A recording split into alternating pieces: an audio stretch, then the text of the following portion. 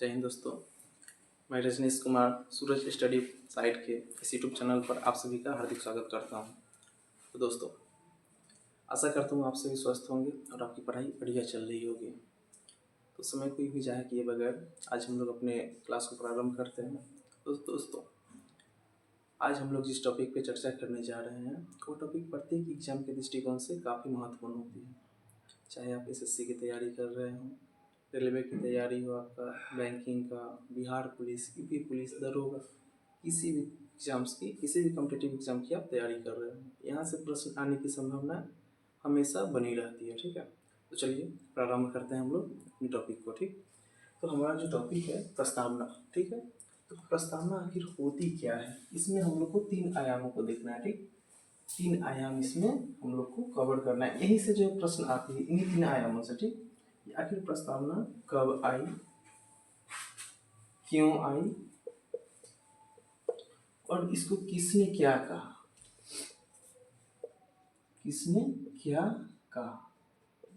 आप अगर इन टॉपिक को अगर आप कवर कर लेते हैं तो आपके एग्जाम में आने वाले 80 से 90% इस टॉपिक से आपका कवर हो जाएगा। ठीक है, तो चलिए हम लोग स्टार्ट करते हैं कि आखिर यह कब आई। ठीक है, तो अगर इसके इतिहास में अगर हम लोग झांकते हैं तो अमेरिका जब आज़ाद हुआ, जब अमेरिका जब स्वतंत्र हुआ, वहाँ पे एक संविधान सभा का गठन किया गया। ठीक है, तो उन्हीं संविधान सभा के जो सदस्य थे उनके द्वारा प्रस्तावना लाया गया, पहली बार प्रस्तावना लाया गया अमेरिका में। कहाँ पे?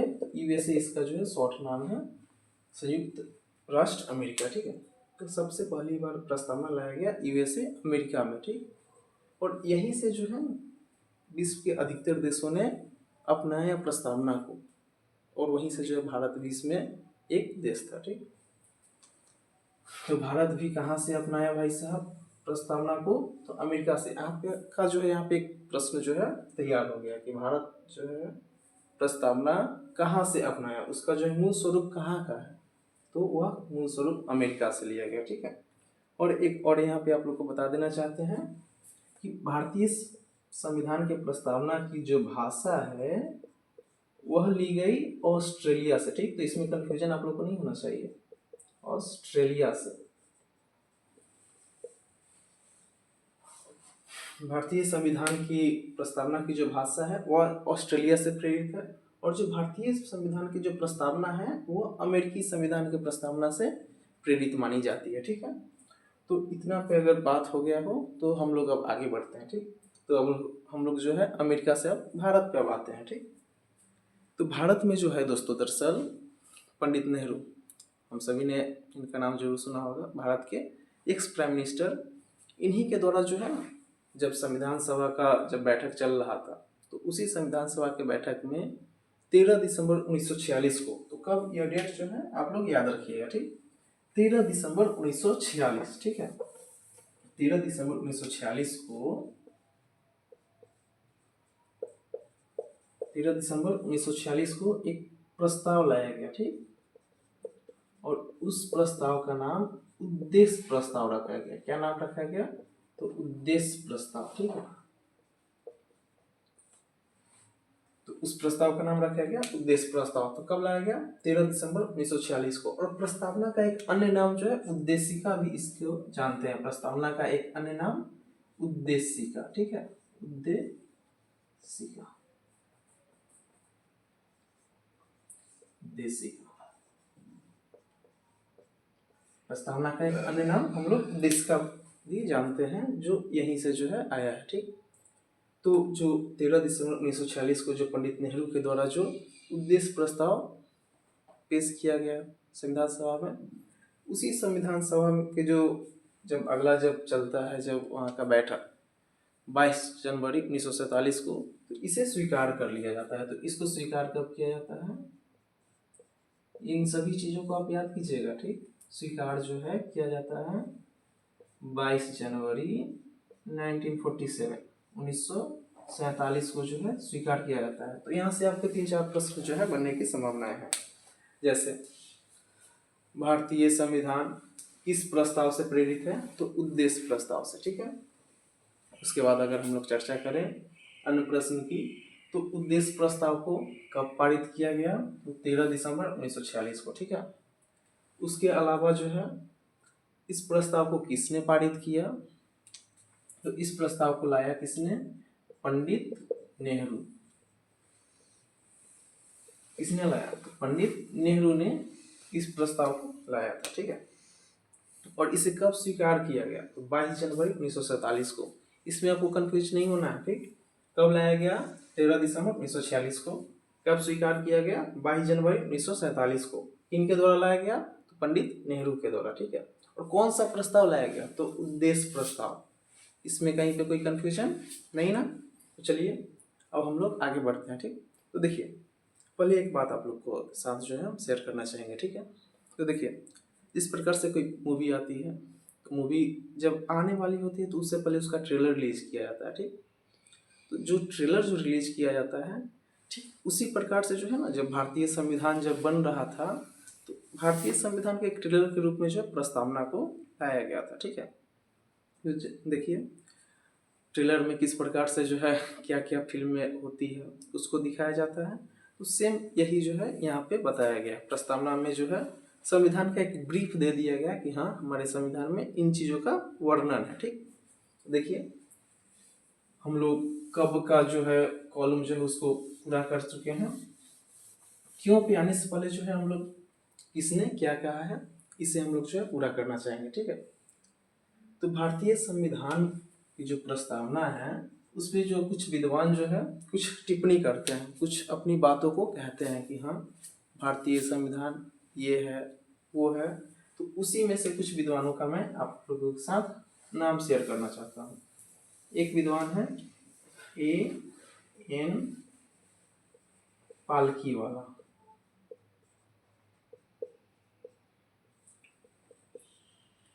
एक विद्वान है A.N. पालकीवाला जिन्होंने भारतीय संविधान की प्रस्तावना को परिचय पत्र की संज्ञा दी है। परिचय पत्र, इन सभी चीजों को आप नोट कर लीजिएगा, यहाँ से प्रश्न आने की संभावना हमेशा बनी रहती है, ठीक है। तो A.N. पालकीवाला ने क्या कहा भारतीय संविधान की प्रस्तावना के बारे में? तो परिचय पत्र कहा था, ठीक है। तो इस तरह से भी आपसे क्वेश्चन पूछ लिया जाएगा कि हाँ प्रस्तावना को परिचय पत्र किसने कहा, तो वहां पे हम लोगों को ध्यान होना चाहिए A.N. पालकीवाला ने कहा। किसने कहा था? तो A.N. पालकीवाला ने। एक अन्य विद्वान है K.M.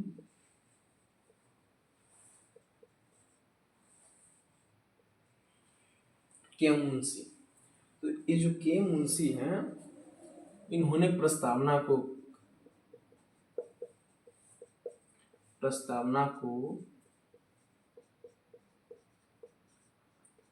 भारतीय राजनीति की जन्म पत्रिका,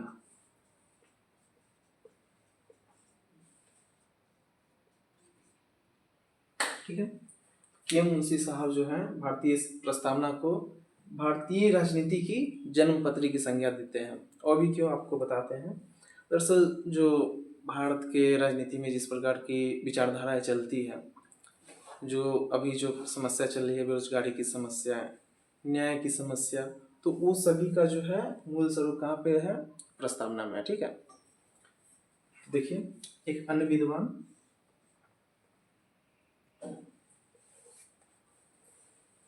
ठाकुरदास भार्गव महोदय,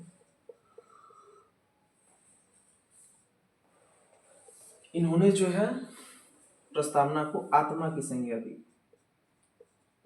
आत्मा, किसी चीज की संज्ञा दी? तो आत्मा की, ठीक है। यहाँ ये प्रश्न फेवरेट है, किसी भी एग्जाम में यह जो प्रश्न जो है फेवरेट है, यहाँ पे जो है आप लोग स्टार मार्क कर लीजिएगा, ठीक है। यह प्रश्न आने की संभावना अधिकतर बनी रहती है, ठीक। तो ठाकुरदास भार्गव, इनका नाम जो याद रख लीजिएगा। इन्होंने प्रस्तावना को आत्मा कहा था भारतीय संविधान का, ठीक। और आत्मा जो है एक और व्यक्ति ने कहा, लेकिन वह आत्मा जो है भारतीय प्रस्तावना को नहीं बल्कि भारतीय संविधान में अनुच्छेद 32 को कहा डॉक्टर बी आर अम्बेडकर ने, ठीक है। अनुच्छेद 32 को, आर्टिकल जो 32 हम लोग चर्चा करेंगे जब, वहाँ पे जो है डिटेलिंग में हम लोग बात करेंगे। ठीक, बी आर अम्बेडकर।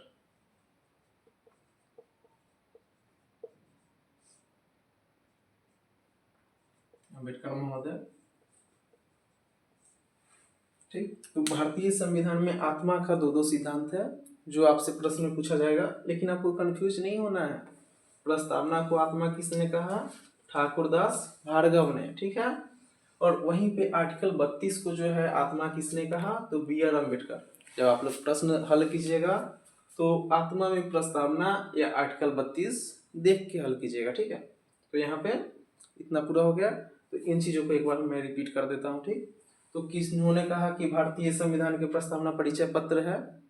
तो ए एन पालकीवाला। ठीक है, उसी प्रकार से भारतीय राजनीति की जन्मपत्री किसने कहा? तो के एम मुंशी ने कहा था।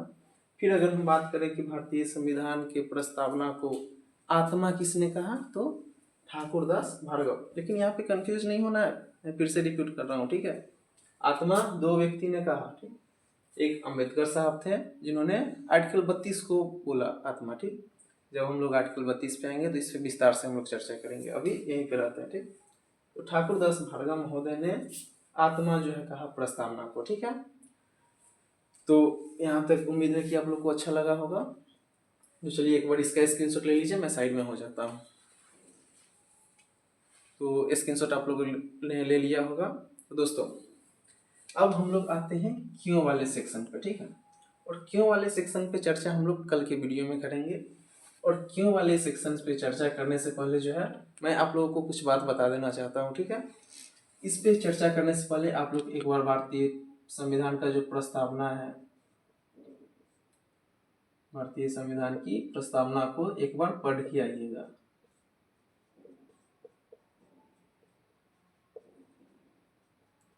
भारतीय संविधान की प्रस्तावना को एक बार पढ़ के आइएगा।